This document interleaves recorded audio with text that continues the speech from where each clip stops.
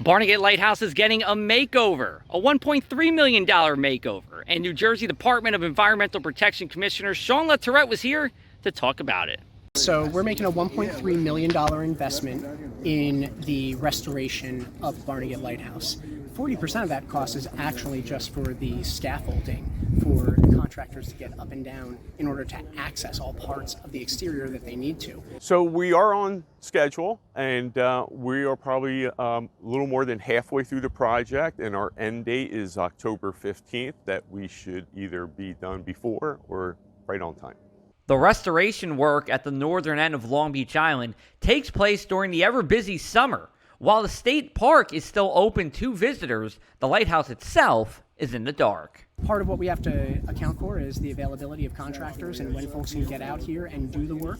And so our main objective was getting the work done, and if we need to take a historic or a cultural asset offline for a time in order to make it more pleasant for the public, we're happy to do that. And I think folks are generally patient with that kind of thing, knowing that their experience of the place that they love will be all the better once the work is complete. You had a scaffolding crew, you have a strip and painter crew, we have masons, and then we have some metal work that's being done also. We did have some wind issues, we did have some tears, a little bit more wind than usual in May, but we got past that. The wind gets beyond 22 miles an hour, we usually don't send anybody up.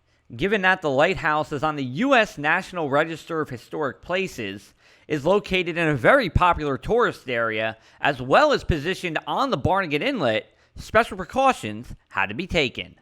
Well, of course, you can see the security fencing that we had to put up so no one came onto the site. The netting was a big concern. We wanted to make sure no particles and no chemicals were leaving the site area and going into the air. So they come in rolls, and what they'll do is they'll put a bar through the roll, and then they'll just send that roll up. Well, they'll send the one piece up, and it'll just unravel, and it actually came in 300 feet length. Commissioner LaTourette says that Barnegat Lighthouse's restoration is part of Governor Phil Murphy's legacy that he wants to leave. When we invest in our public lands, when we invest in their good care and their improvement, we're really making an investment in one another, right? Just as New Jerseyans past did in the development and building of this lighthouse in the first place, right? Not knowing exactly who it would serve, but that at some point, maybe far into the future, some mariner may be in need